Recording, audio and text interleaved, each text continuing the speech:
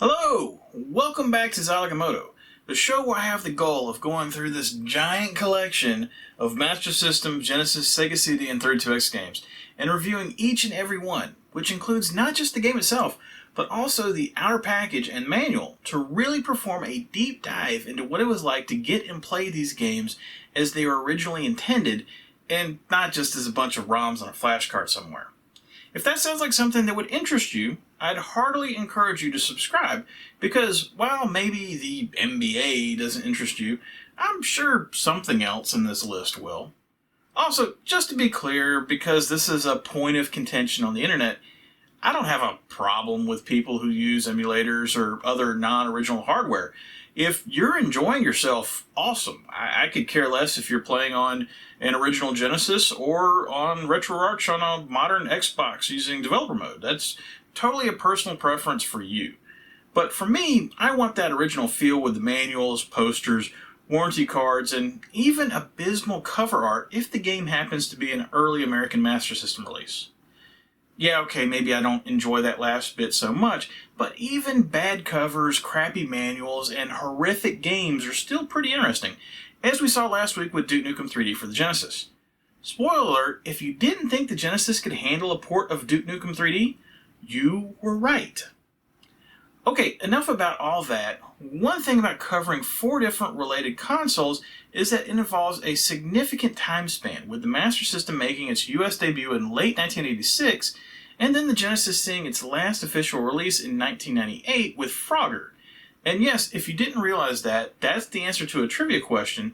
The last official release for the Genesis was a port of the arcade game Frogger, which, ironically, Sega had distributed for Konami in arcades 17 years prior in 1981. And even beyond that 12-year time period, so far on Zilog and Moto, I've covered games as early as 1985 in the Japanese version of Great Soccer in episode 24, up to the late 2019 in the recent after-release of Xenocrisis in episode 48. But I'm getting a bit off topic and shameless self-promotion. The point is, with a 12-year period of focus, there's lots of games that have been released as part of a series. And to try to keep things interesting, I try to place a 100-episode gap between games in a series, just so it doesn't feel like to you that I'm simply reviewing the same games over and over and over again. Well, we've already hit that 100-episode gap 4 times so far this season, and now it's time for a 5th in yet another sports series. But this time, rather than RBI baseball or Bill Walsh college football, we're looking at the sport of basketball, and specifically with publisher Electronic Arts, with the series that would become the NBA Live series in late 1994. But that's not how the series began. Instead, it began with the Versus nomenclature, starting with Lakers versus Celtics in the NBA playoffs, which, like a lot of EA titles at the time, actually began life on home computers. The Genesis version was released in December of 1990, and I covered it here on Zilog and Moto back in episode 12, giving it 2 stars. This week's game, Bulls vs. Lakers in the NBA playoffs, is the follow-up to that title, releasing almost a year and a half later in June of 1992. Why the change to the title of the game? Well, much like EA Sports' other sports titles, EA had decided to go to a yearly release schedule for its sports games to reflect current events, and for Bulls vs. Lakers, the game was based around the 1990-1991 NBA season, which saw the Chicago Bulls win their first championship over the Los Angeles Lakers. For Lakers fans like myself, this was disappointing, not just because they lost, but because of the way it happened, with the Bulls winning 4 games in a row. Of course, now we know it was the beginning of an 8-year dynasty for the Bulls, but at the time it was a bitter pill to swallow. So, does Bulls vs. Lakers in the NBA playoffs accurately represent that 1991 NBA playoffs? And is it an improvement from the previous title, seeing as how the developers had 18 months to work on it? Well, we shall see, but first, a look at the package. And this is Bulls vs. Lakers and the NBA playoffs, and the first thing to note is that this game is in that first generation Electronic Arts clamshell, changing up from the original Lakers vs. Celtics, which was issued in one of the early EA cardboard boxes. These clamshells are notable because they're not that wider clamshell that EA used briefly after this, instead more closely matching a standard Genesis clamshell, with the exception of one thing: there's no hang tab at the top. EA just had to be different. But I suppose at least with these, you don't have to worry about someone having cut it off or broken it, leaving a jagged edge. This particular copy is in decent shape with some minor scratching on the rear cover, but that's about it. As far as the front cover goes, it utilizes the half-and-half format that EA frequently used in the early 90s, with the border being used for notes about the game. In this case, at the very top, EA was pushing the EA Sports Network, sort of a play on ESPN, which was exploding in popularity at the time, largely due to SportsCenter. Then, the logos of 8 of the teams included in the game, and I'm not exactly sure how they chose these 8, as Houston and Atlanta were both 6 seeds that year. And then at the bottom, more teams, more players, more moves. Okay, EA, settle down, we get it. I do like this cover a lot, even though it's pretty busy, although I find it interesting that Scottie Pippen was chosen as the focus, and Michael Jordan just gets a nice back-of-the-head shot. But again, Jordan wasn't Jordan yet. Hell, we were still 4 years away from Space Jam. Flipping over the back, and it's a graphic design palooza back here, with 3 good quality screenshots from the game, albeit a little bit small, and then 6 insets showing off some of the special moves included in the game, along with pictures from the real-life counterparts, which I think is a really nice touch, and shows off the little details that they were trying to include to sell the game. And then tucked down at the bottom are the other 8 teams included in the game from the 1991 playoffs that weren't deemed important enough to make the cover. Knicks fans, I feel for you.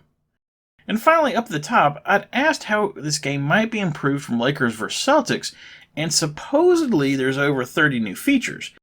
I don't want to spoil anything, but I'm not sure that's accurate. I'm kind of curious how they're counting that, but more on that in a minute. Opening up the case, and this is a fully complete copy of the game with not just the manual, but also the warranty card, tip line card, and a poster for the Electronic Arts 1992 lineup. And real quick, I want to look at this poster because there's 2 things that stand out.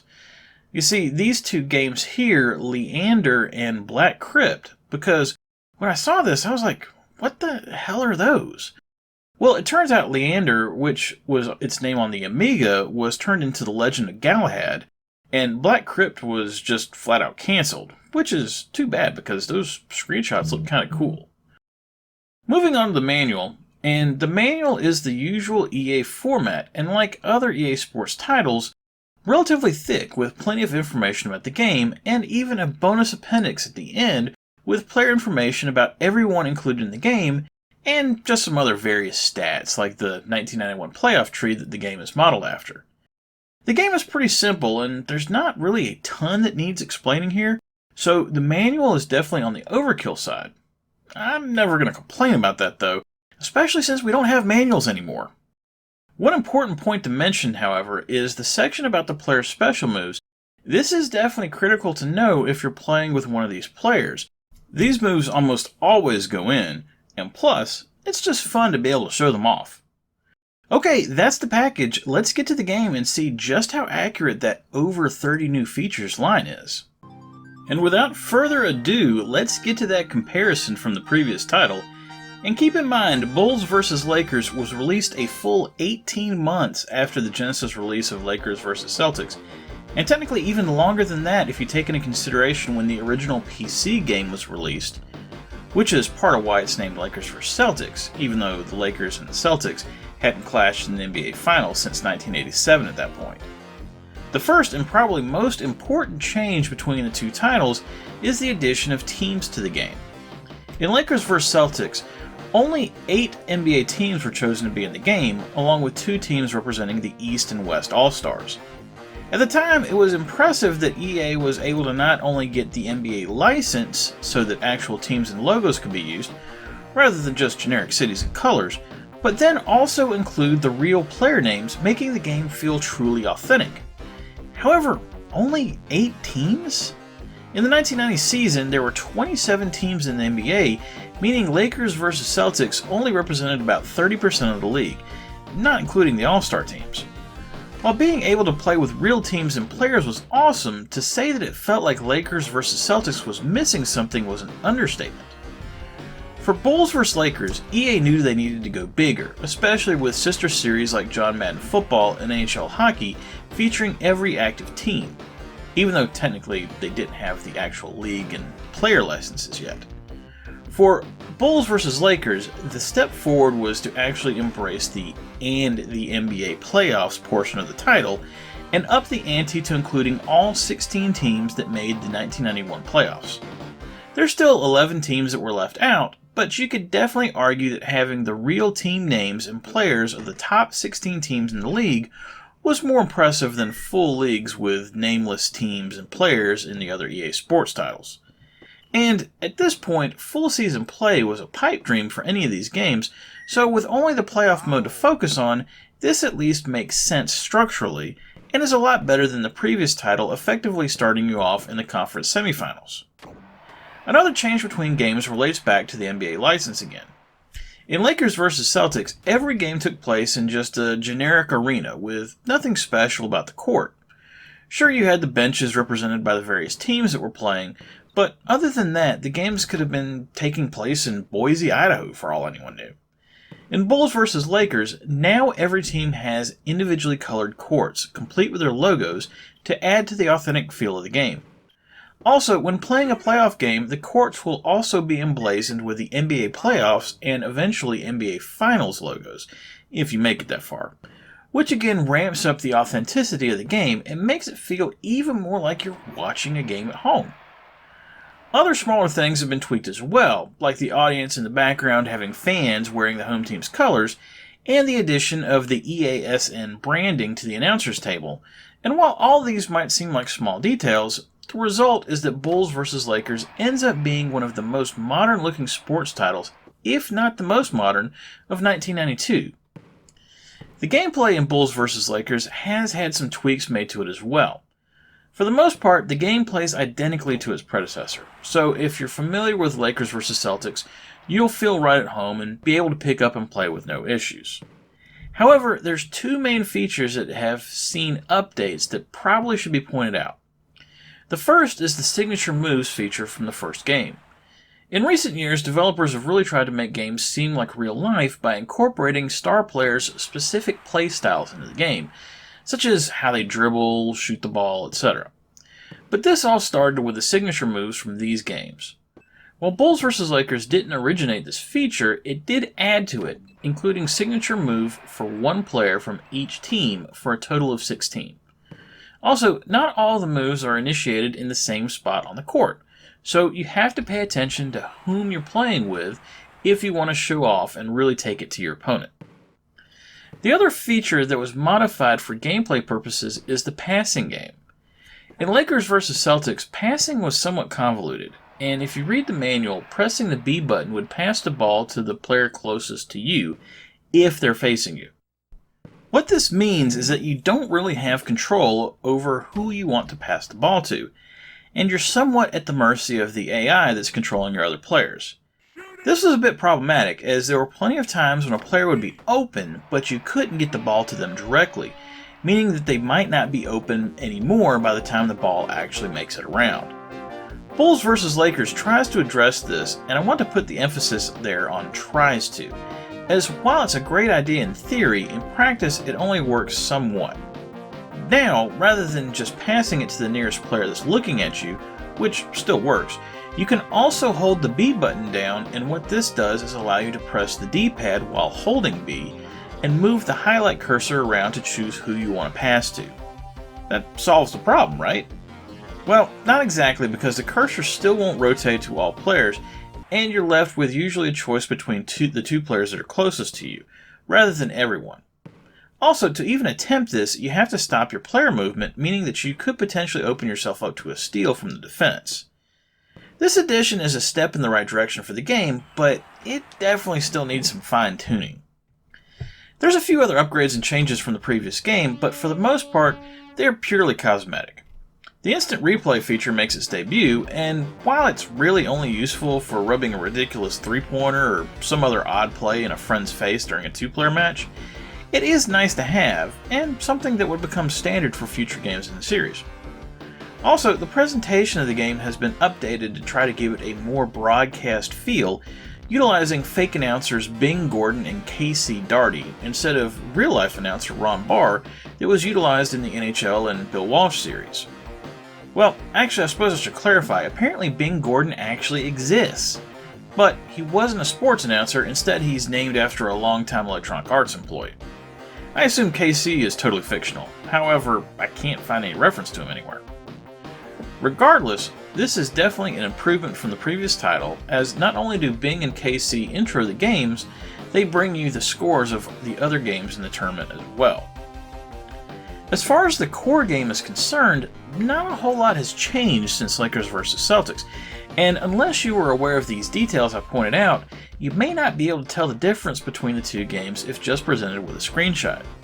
The actual basketball engine is the same, and as mentioned previously, the controls are exactly the same as last time around, with A being used to shoot or block, B being used to pass or choose the player closest to the ball, and C being used to attempt to steal. In this case, the controls being simple works well, and once you figure out how to get into the lane and avoid contested shots, you should have no trouble scoring.